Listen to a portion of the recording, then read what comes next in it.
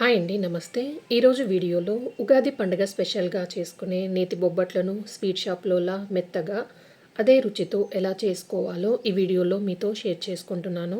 First time చేసుకునే వాళ్ళు కూడా ఈజీగా చేసుకునే విధంగా కరెక్ట్ కొలతలతో సహా చెప్తున్నానండి. ఈ వీడియోను ఎక్కడ స్కిప్ చేయకుండా చివరి వరకు చూడండి. ఇలా చేసిన బొబ్బట్లు వేడి మీదే కాకుండా చల్లారిన తర్వాత అంతే మెత్తగా ఉంటాయి. పూర్ణం కోసం ముందుగానే 1 కప్పు వరకు శనగపప్పు తీసుకున్నాను. ఇది వెయిట్లో చెప్పాలంటే 200 గ్రామ్స్ వరకే ఉంటుంది. పప్పుని 3-4 గంటల పాటు నానబెట్టుకున్నానండి. ఇలా నానిన తర్వాత చూపిస్తున్నాను. పప్పు బాగా నానిపోయింది. ఇలా పప్పు నానిన తర్వాత నీళ్ళను తీసేసి ఇలా నానిన పప్పుని ఇప్పుడు కుక్కర్లోకి వేసుకొని మెత్తగా ఉడికించుకోవాలి. ఇక నేను ఏ కప్పుతో అయితే శనగపప్పు తీసుకున్నానో అదే కప్పుతో నీళ్ళను తీసుకుంటున్నానండి. 1 కప్పు నీళ్ళు ఇందులోకి కరెక్ట్గా సరిపోతాయి. నీళ్ళను మరి ఎక్కువగా పోయనవసరం లేదు. ఇప్పుడు కుక్కర్ పైన మూత పెట్టేసి ఒక 3-4 విజిల్లు వచ్చే వరకు పప్పుని మెత్తగా ఉడికించుకోవాలి. పప్పు ఉడికేలోపు పిండిని కలుపుకొని తీసుకోవాలి. పిండిని కలపడానికి 1 కప్పు మైదా పిండిని తీసుకోండి. ఇక నేను ముందుగా పిండిని జల్లెడ పట్టి తీసుకున్నానండి. ఇందులోనే 1 టేబుల్ స్పూన్ రవ్వ వేసుకొని చిటికెడంత పసుపు, చిటికెడు ఉప్పు కూడా వేసుకోవాలి. ఇందులో 1 టేబుల్ స్పూన్ నెయ్యి వేసి పిండిలో ముందుగా ఇవన్నీ బాగా కలిసేటట్టుగా కలపాలి. పిండిలో ఇవన్నీ బాగా కలిసేటట్టుగా కలుపుకున్న తర్వాత చేత్తో పిండిని ముద్దలా చేస్తే ముద్దలాగా ఇలా రావాలండి. వీడియోలో చూపించిన విధంగా ఇలా వచ్చిన తర్వాత పిండిలో కొద్ది కొద్దిగా నీళ్ళను పోసుకుంటూ పిండిని మరీ గట్టిగా కాకుండా కొంచెం పల్చగానే కలుపుకోవాలి. చూడండి, ఇలా పిండిని స్టిక్కీగా కలుపుకొని ఇప్పుడు దీనిపై నుండి 1/2 టేబుల్ స్పూన్ వరకు నెయ్యిని వేసుకోవాలి. పిండి ముద్దకు నెయ్యి మొత్తం ఇలా అప్లై చేసి దీనిపైన మూత పెట్టి 1 గంట పాటైనా కూడా పిండిని బాగా నాననివ్వాలి. ఇప్పుడు గిన్నెని పక్కన పెట్టేసి పప్పు ఉడికిందో లేదో చూద్దాం. పప్పుని మీడియం ఫ్లేమ్లో ఒక 3-4 విజిల్లు వచ్చే వరకు ఉడికిస్తే చూడండి పప్పు మెత్తగా ఉడికిపోయింది. ఇందులో ఉన్న వాటర్ని డ్రైన్ చేసుకోవాలి. మనం 1 కప్పు నీళ్లు పోసాం కాబట్టి నీళ్లు ఎక్కువగా మిగలలేదండి. ఇలా స్ట్రైనర్లోకి పప్పుని మొత్తం వేసుకుంటే నీళ్ళు ఏమన్నా ఉంటే కింద గిన్నెలోకి నీళ్లు అడ్చిపోతాయి. అలాగే పప్పుని కూడా మొత్తం పూర్తిగా చల్లారనివ్వాలి. ఇలా నీళ్లు మొత్తం పోయి పప్పు చల్లారిన తర్వాత మిక్సీ జార్లోకి నీళ్లు అడ్చిన తర్వాత పప్పుని కొద్ది కొద్దిగా వేసుకుంటూ ఒకేసారి మెత్తగా కాదు కాబట్టి కలుపుకుంటూ పప్పును మెత్తగా గ్రైండ్ చేసుకోవాలి. ఇలా గ్రైండ్ చేసిన ఈ పప్పుని ఇప్పుడు రెడీగా పక్కనుంచుకోవాలి. 1.25 కప్పు వరకు తురిమిన బెల్లాన్ని తీసుకుంటున్నానండి.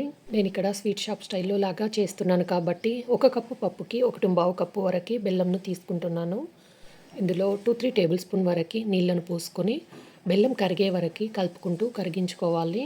అదే మీరు కొంచెం స్వీట్ తక్కువగా తినేవారైతే 1 కప్పుకి 1 కప్పు వరకు బెల్లాన్ని వేసుకోండి. స్వీట్ కొంచెం ఎక్కువ తినేవారైతే 1.25 కప్పు వరకు బెల్లాన్ని వేసుకోండి. చూడండి, ఇలా బెల్లం కరిగిన తర్వాత దీన్ని ఇప్పుడు ఫిల్టర్ చేసుకోవాలి. బెల్లంలో ఇసుక లాంటివి వస్తుంటాయి కాబట్టి ఇలా ఖచ్చితంగా ఫిల్టర్ చేసుకొని తీసుకోవాలి. కరిగించిన బెల్లంలోకి గ్రైండ్ చేసిన పప్పు ముద్దని మొత్తం వేసుకొని అంతా బాగా కలిసేటట్టుగా కలుపుకోవాలి.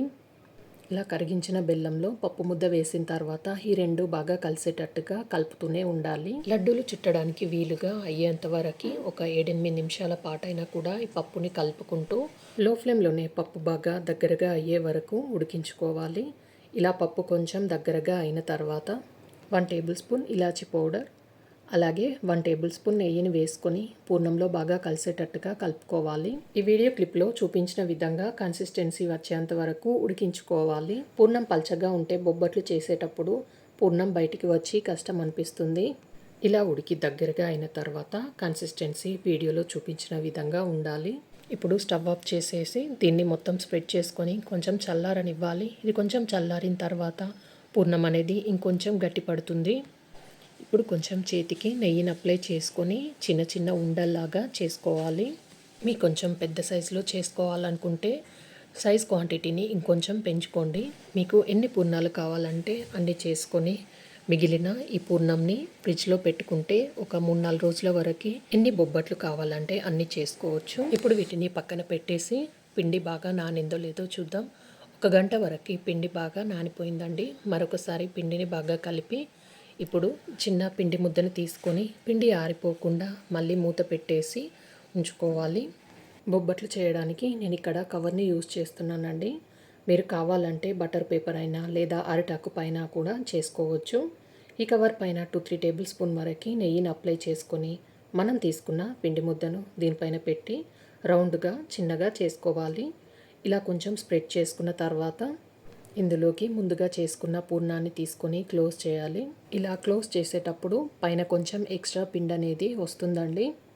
అలా వచ్చిన పిండిని తీసేసి బొబ్బట్లు చేసే పిండిలోకి మళ్ళీ వేసుకొని ఇప్పుడు దీన్ని బాగా క్లోజ్ చేసుకోవాలి.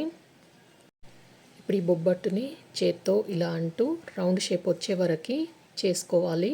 నేనైతే ఇలా చేత్తోనే బొబ్బట్లను చేస్తున్నానండి. మీరు కావాలంటే పూరి ప్రెస్తో చేసుకోవచ్చు లేదా చపాతీ కర్రతో అయినా కూడా చేసుకోవచ్చు. ఇప్పుడు వీటిని కాల్చుకొని తీసుకోవాలి. నెయ్యి వేసిన పెనం పైన ఇలా చేసిన బొబ్బట్టును వేసుకొని మీడియం ఫ్లేమ్లో ఒకవైపు కొద్దిగా వేగిన తర్వాత మరొక వైపుకు టర్న్ చేసుకొని మరొక వైపు కూడా తిప్పుకొని దీనిపై నుండి కొద్దిగా నెయ్యిని వేసుకొని అప్లై చేసుకోవాలి.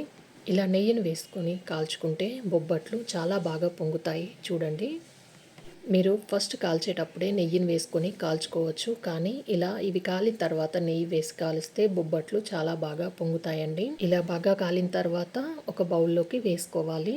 ఇదే విధంగా ఒక్కొక్క బొబ్బట్టును చేసుకుంటూ బాగా కాల్చుకొని తీసుకోండి. ఇలా చేసుకున్న బొబ్బట్లు మంచి రుచితో చాలా సాఫ్ట్గా వచ్చాయండి. మీరు కూడా ఈ ఉగాది పండుగకి తప్పకుండా ట్రై చేయండి. ఈ వీడియో నచ్చితే లైక్ చేయండి, షేర్ చేయండి, సబ్స్క్రైబ్ చేయండి.